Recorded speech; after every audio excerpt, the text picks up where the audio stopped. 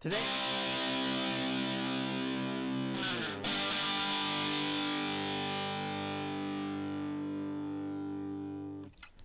Now going over to the Culture Product Podcast, you have Bud Light UFC beer fridges ratioed. Perhaps the fridge is simply unplugged.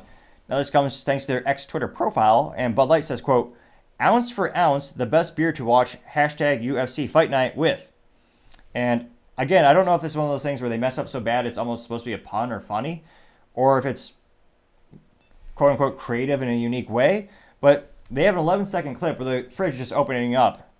1, 2, 1, 2. So it's the same 2-second clip done over about 6 times, and someone is opening up a fridge, and in the middle of the fridge is, dozens of Bud Light bottles, but there's one placed in the middle with a light behind it, so it's, more focus.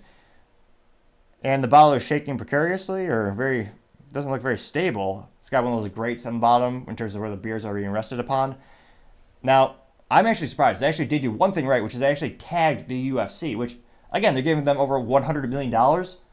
I would almost ask them to have the players tattoo the Bud Light logo on their biceps or something for that much money.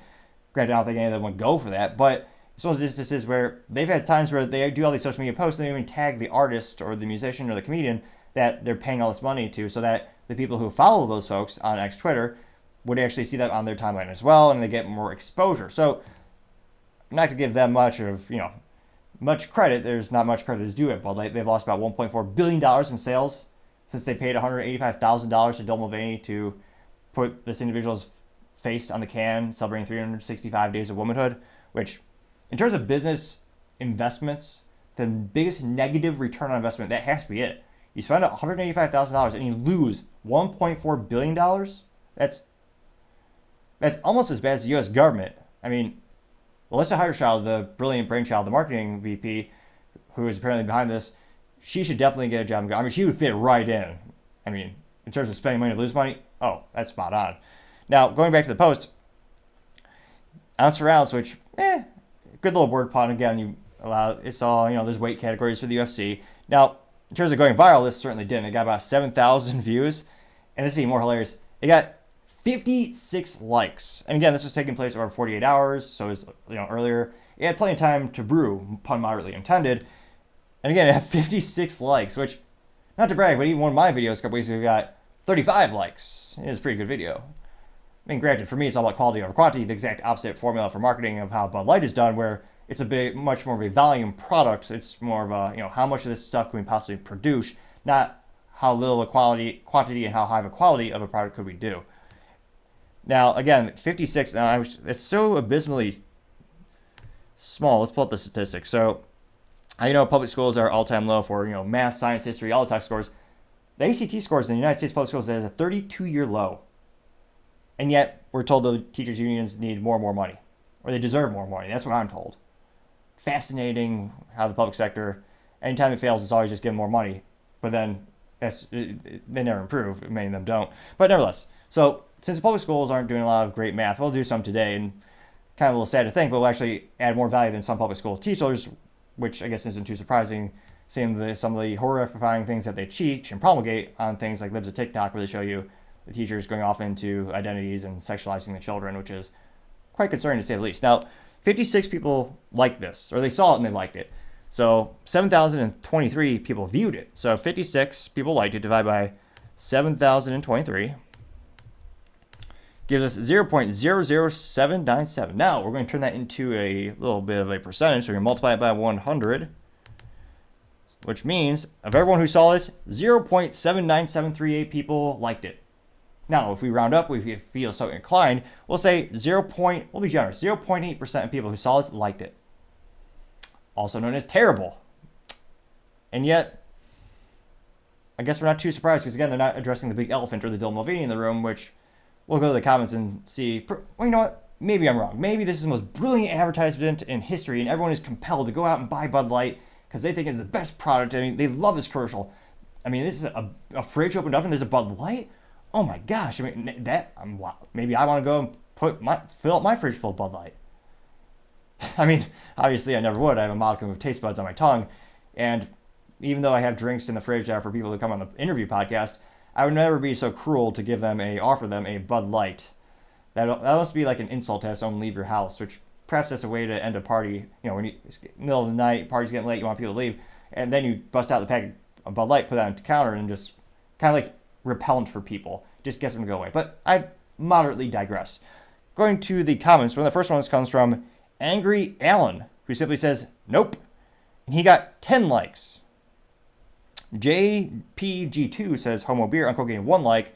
Though, interestingly enough, I have to click the button that says show more replies. So and again, there aren't that many replies. It's about 13, but I mean, there's plenty of space on the computer page for the replies to show up, and yet it wants me to click that button. So I don't know if that's a pseudo form of censorship or that's something that Bud Light is controlling. Well, that's unusual. So I click that button that says show more replies. And again, it's not the usual disclaimer that says this could contain sensitive things, which of course we call that the bonus button. You never know what you'll find there. Now we click the button that says show more. You have Julia Broderick says, quote, sigh. Seriously? You've lost something like $1 billion in sales revenue, $30 million in stock value, 4 of your bottling plants, and you only recently averted a serious labor strike. Enough with the humble pie. Just apologize. I'm quote, getting 10 likes. No, technically speaking, a lot of the bottling plants are owned by third parties, so Bud Light doesn't own them. However, because of the Bud Light business blunder of the century, those bottling facilities did shut down. There are a couple of those bottling facilities where that was their only contract. All they did was make Bud Light bottles because previously there was such a high volume of Bud Light being manufactured and subsequently sold and bought. Now it's not so much manufactured and not so much bought, by about 30 to 50%. Now, going down more and more, you have the Grand Carn saying, quote, honestly, how much money are you willing to sink into rebuilding your brand when all your customers want is a simple apology? It costs you nothing but for you to swallow your pride. People will be teaching about your big whoops in business college classes. That's how bad you're fucked. Unquote, getting 6 likes. Now we do see the regular reply disclaimer that says show additional replies, including those that may contain offensive content. Well, obviously, we're going to click that bonus button. We click that, and we see someone by the name of Dark G say, as we say, it doesn't seem overly offensive. It's a compilation of a cat or cat turd laughing, Trump laughing, the little girl, well, not girl, she has the mental capacity of a girl, but you had the liberal gal with the glasses and very short hair who broke down and cried when Trump won the 2016 election. She was wearing that yellow vest. She's crying in the little compilation.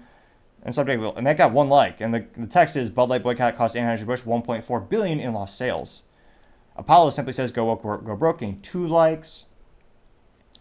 And if we go to the very top, there's the hidden responses, which are the super secret ones that they definitely don't want you to see. So, of course, we're going to click that as well, see what they don't want us to see.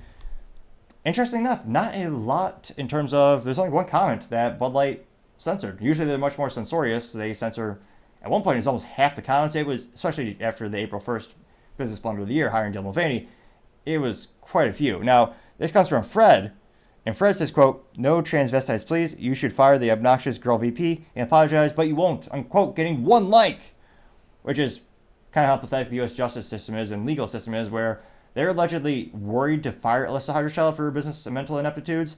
And that's why they kept saying she's on a unpaid leave of absence. That's the term that they strategically used every time they were asked about this individual.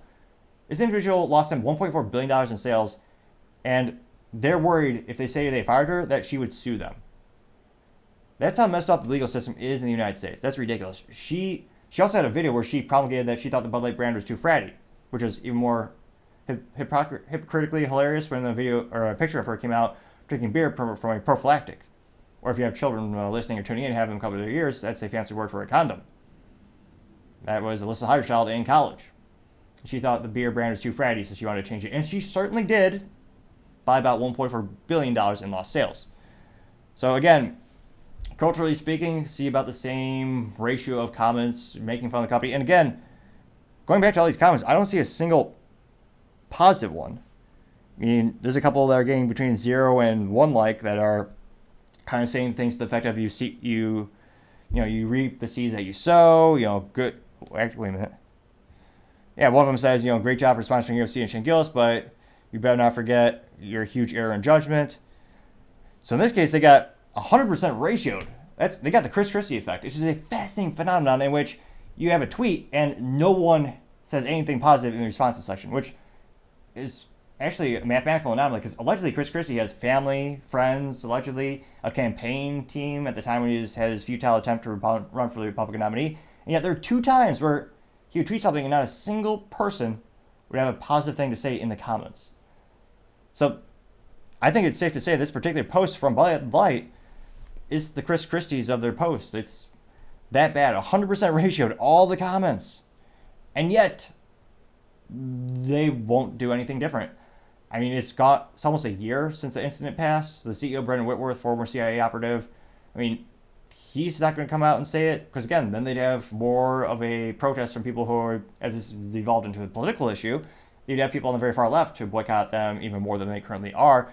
Because again, there are some folks who are on the LGBTQ community who are boycotting the brand as well, and they're boycotting it because they didn't quote unquote stick with Dylan Mulvaney by quote unquote sticking up for this individual or having some type of public statement or something in marketing saying we believe in this individual, we stand with this person, yada yada yada. So they're actually getting boycotted not just by people in the middle and people who are politically conservative, but also people on the left for failing to stick with quote unquote stick with Dylan Mulvaney.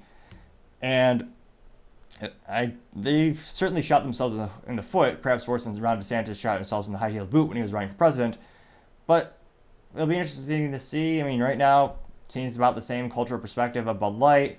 Again, what used to be one of the pinnacle pieces of Americana, which, again, they sold out years ago. They're a global brand owned by Anheuser-Busch InBev, headquartered out of Belgium, which incidentally makes good waffles and guns.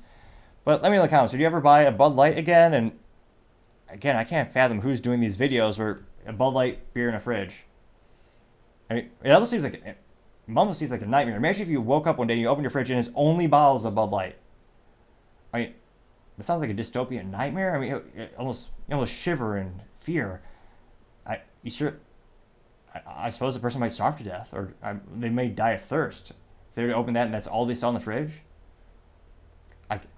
a more horrific scenario I cannot comprehend. But let me know in the comments. As always, I'd be fascinated to hear what you have to say. Thank you, everyone, for taking the time to tune in today. Again, we're trying to get 4,000 subscribers by the end of the month, so if you could click that button, I'd greatly appreciate it. Also, leave me a thumbs up, thumbs down, or a comment. It was a great way to give me some additional feedback so I can know how to make the show better and better. Lastly, don't forget to take the time to tell your family, tell your friends, tell your coworkers, heck, tell your enemies, tell anyone and everyone. Just stay safe, fight the good fight.